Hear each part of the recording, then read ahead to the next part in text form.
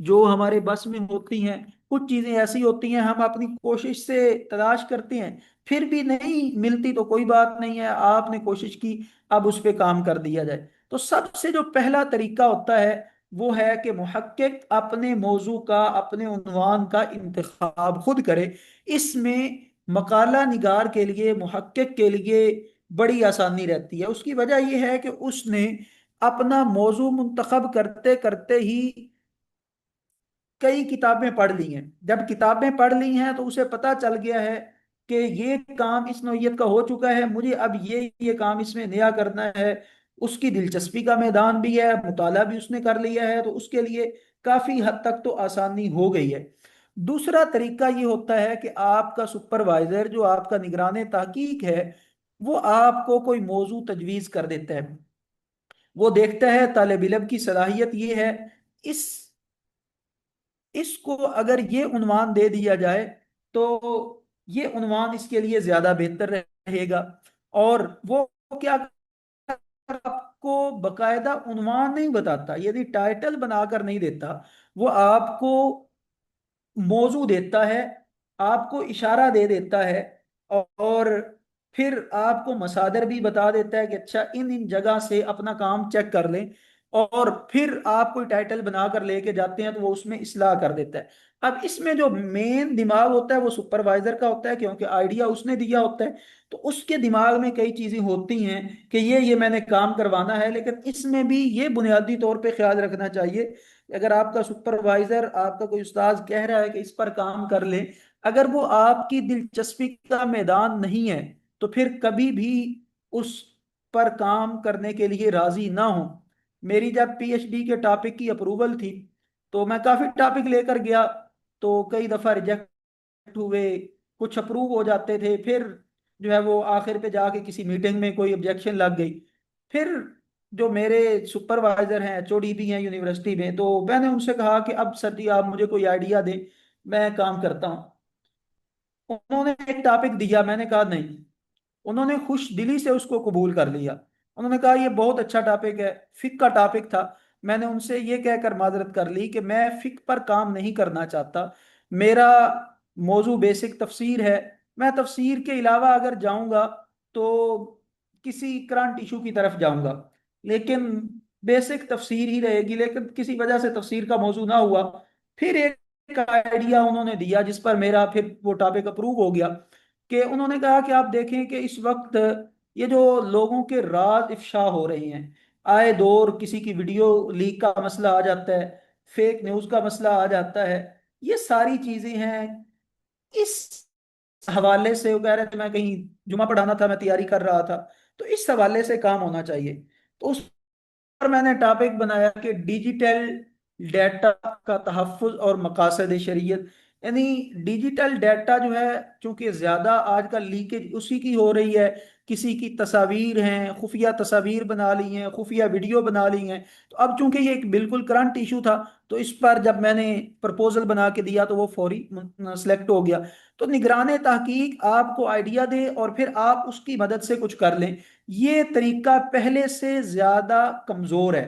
پہلا طریقہ بہت بہتر ہے، دوسرا یہ اس کو آپ دوسرے نمبر پر رکھیں گے۔ یہ تیسرا طریقہ ہے کہ ادارہ یا شعبے کی فراہمی۔ یونیورسٹی کے اندر ایک فہرست ہے عنوانات، کہتے ہیں جی اس میں آپ اپنی لیں، اس میں آپ نے کوئی محنت نہیں کی، آپ کو آئیڈیا بھی نہیں دیا گیا، آپ آگے ہیں تو آپ یہ کس عنوان پہ کرنا چاہتے ہیں کام۔ لیکن بعض دفعہ ایسے ہوتا ہے اگر اس طرح کوئی ٹاپک لے لیا جائے، یونیورسٹی ٹاپک دے دے یا کوئی advisor ہے کسی جگہ کا وہ ٹاپک دے دے، آپ اس وقت تو بندہ اس حالت میں ہوتا ہے نا، بندہ کہتا ہے یار میری جان چھوٹے، میرا ٹاپک سلیکٹ ہو جائے، کیونکہ ٹاپک سلیکشن کا مرحلہ بہت مشکل ہوتا ہے۔